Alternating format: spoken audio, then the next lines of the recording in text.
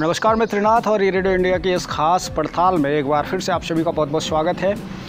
Corona से पूरे दुनिया में तहलका मचा हुआ है, तो वहीं दूसरी तरफ कई ऐसे सबूत सामने आने वाले हैं, कई ऐसे परिणाम ऐसे सामने आने वाले हैं घातक, जिसको लेकर के पूरी दुनिया में तबाही के मंजर देखने को मिलेगा। कई बार कोरोना खुद राजनीति का शिकार हो गया है, तो कई बार किसी दूसरों को राजनीति के चक्रव्यूह में उलझाकर उसका नाश कर दिया है। भारत में धर्मवाद और जाति पाति की परंपरा ने बेहद मजबूती से अपनी जड़ें जमाई हुई हैं। कई बार इसके चक्कर में कई चीज़ें आपके सामने आई होंगी। भारत देश में इनमें से प्रमुख घटनाएं हैं हिंदू और मुस्लिमों का जो टकराव होता है, और इसके अलावा ब्राह्मण और दलितों के बीच की टकराव। दलितों की राजनीति में आवाज़ बुलंद करने का यह चलन पिछले कई वर्षों से चल रहा है। कई सारे ऐसे दलित नेता हैं जो खुद को दलितों का मसीहा तो कहते हैं, लेकिन अपनी ज़ुबान पर खरे नहीं उतरते। मेरठ की रहने वाली किरण आरसी जाटव अखिलेश यादव की मुंहबोली बहन के रूप में फेमस होनी शुरू हो गई थी, तो वहीं पर दलितों ने इन्हें छोटी बहन जी कहना शुरू कर दिया था। उत्तर प्रदेश के सहारनपुर की धरती से एक और नाम उभरा, चंद्रशेखर उर्फ रावण। भीम आर्मी के नाम से इन्होंने अपना एक संगठन बनाया। यह संगठन अपने आप को बाबा साहब का वारिस समझने की भूल कर बैठता था। संगठन के फॉलोअर अपने आप को चमार कहने पर गर्व महसूस करते थे, तो वहीं पर बाबा साहब डॉक्टर भीमराव अंबेडकर का वारिस समझने की भूल भी कर बैठते थे। बड़ी तादाद में दलितों को एक मंच पर एकत्रित करने वाले चंद्रशेखर उर्फ रावण की जो छवि थी, वो दलित मसीहा के रूप में उभरने लगी थी। लेकिन वहीं दूसरी तरफ मन, कर्म और वचनों में असमानता ने चंद्रशेखर उर्फ रावण को गहरा नुकसान भी पहुंचाया। तो आप सोच रहे होंगे कि आखिर हम कहना क्या चाहते हैं। सीधे सीधे अपनी बात पर आते हैं।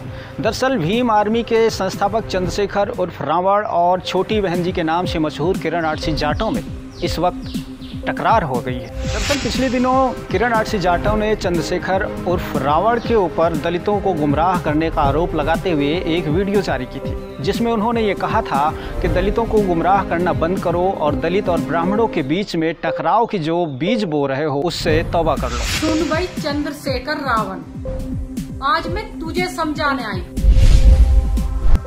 आंदोलन की बात करता है ना तू, और जब आंदोलन खड़ा होता है तो पुलिस के सामने जाके बेहोश हो जाता है। उस आंदोलन की आग में समाज के युवा भविष्य, युवा बच्चे झुक जाते हैं। कब तक बर्बाद करता रहेगा समाज के युवाओं को? और तू क्या कह रहा है कि जब लॉकडाउन खत्म होगा तो हम सड़कों पर उतरेंगे, हम आंदोलन करेंगे। तू क्या बहुजन समाज का जो रथ चल रहा है उसके पहिए रोकने आया है? और कौन पाल रहा है तुझे, ये बता।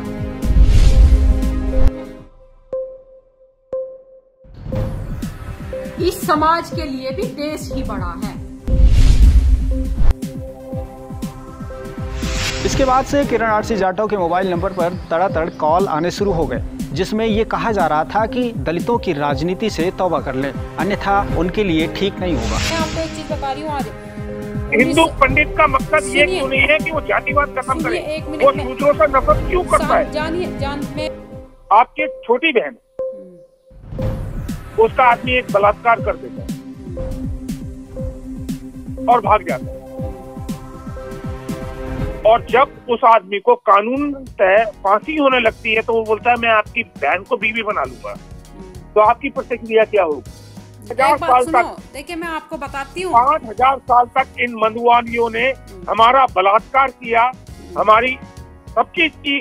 आज ये कहते हैं कि हम आपके साथ बैठना चाहते हैं। क्यों भाई, हम क्यों इजाजत दें? दलितों के मन में ब्राह्मणों के खिलाफ कितना बड़ा बीज बोया जा रहा है, इसका उदाहरण है अमेरिका से किरण आरसी जाटव के मोबाइल पर आई हुई है कॉल। इसको देखकर ये लगता है कि किस तरह से गृह युद्ध की तैयारी की जा रही है और कैसे भारत के संविधान को खतरे में डालने के साथ साथ पूरे विश्व में भारत की गरिमा को छिन्न भिन्न करने की भी कोशिश की जा रही है। आज हमारे पास ताकत है, हम आपको तिरस्कार करेंगे और शुरुआत हो चुकी है। ब्राह्मण गो बैक, ब्राह्मणों को जाना पड़ेगा वापस। भारत में गृहयुद्ध छिड़ने की बात और भारत के लोगों को छिन्न भिन्न करने की बात को लेकर के यह शख्स अपने आप को दलितों का मसीहा बताने पर तुला हुआ था, तो वहीं पर ब्राह्मणों को प्रताड़ित करने की योजना बनाता दिखा। या तो इन्हें मार दिया जाएगा या इन्हें जाना पड़ेगा। नहीं, एकत्र होइए, विभाजन मत करिए। आप देखिए सोशल मीडिया पर वायरल हो रही इस वीडियो में अलीगढ़ का रहने वाला एक शख्स किरण आरसी जाटव को दलित राजनीति में सक्रिय रहने के एवज में उनको रेप करने और किन किन बातों को लेकर के, कितनी नीचता जैसे शब्दों को लेकर के वो किरण आरसी जाटव को धमकियां देता हुआ दिख रहा है। शेखर भाई को बहुत बुरा कह रही थी। वो आदमी स्टेट की तो बेंचोद दूसरे देशों में जाके खड़ा होता है। अरे उसका सिक्का तो अमेरिका में भी चल रहा है और तेरा कहाँ चल रहा है, तू बता के देख। जेल मेरी है, मगर चंद्रशेखर भाई के आज़ाद के बारे में बहुत बुरा कहा। जब जहाँ बहन बेटियों का रेप होता है चंद्रशेखर भाई पहुँचता है, तू पहुँचती है। जिस दिन तेरा भी रेप होगा हमारा भाई पहुँचेगा। आरती जाटव, तू जाटव के नाम पे कलंक है।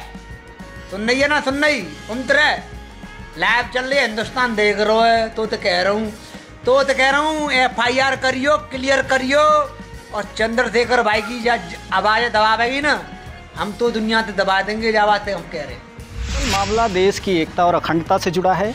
मामला गृहयुद्ध जैसे हालात बनाने से जुड़ा हुआ है। दरअसल मामला भारत की एकता में बेबुनियादी आरोप लगाकर जहर घोलने से जुड़ा हुआ है। इसलिए ये मामला बेहद गंभीर और संगीन है। यह मामला दलितों को एक पाले में डालकर ब्राह्मणों के विरुद्ध भड़काने पर भी जुड़ा हुआ है। ऐसे में भारत सरकार को ये चाहिए कि अगर ये इस कॉल के पीछे की कोई सच्चाई है तो उसको उजागर किया जाए। हमारे खुफिया तंत्र को भी इसके पीछे लगने की पूरी आवश्यकता है, इसकी जांच पड़ताल करने की आवश्यकता है। इस पूरे प्रकरण के बाद जांच में हमें ये देखने की आवश्यकता है कि इसके पीछे की जो सच्चाई है वो कौन है, इस पर्दे के पीछे खेल खेलने वाला शख्स कौन है, आखिर देश में एकता और अखंडता को तोड़ने वाला शख्स कौन है। क्या भीम आर्मी पर लगाए गए ये आरोप सत्य हैं या किरण आरसी जाटव के पास आने वाले इन नंबर्स पर दी जाने वाली धमकियों में जो शब्द का इस्तेमाल किया जा रहा है वो सत्य है। दीजिए इजाज़त और बने रहिए ई रेडियो इंडिया के साथ। इसी तरह की हम तमाम स्टोरीज़ आपके समक्ष लाते रहेंगे। आप सभी लोगों का प्यार और आशीर्वाद ई रेडियो इंडिया को लगातार मिलता रहता है और हम सोशल मीडिया के कई सारे प्लेटफॉर्म्स पर उपलब्ध हैं। फेसबुक, ट्विटर, लिंक्डइन, इंस्टाग्राम के अलावा यूट्यूब पर भी आप हमें देख सकते हैं। इसके अलावा आप हमारी वेबसाइट www.eradioindia.com डालकर तमाम तरह की खबरें निःशुल्क प्राप्त कर सकते हैं। जय हिंद, नमस्कार।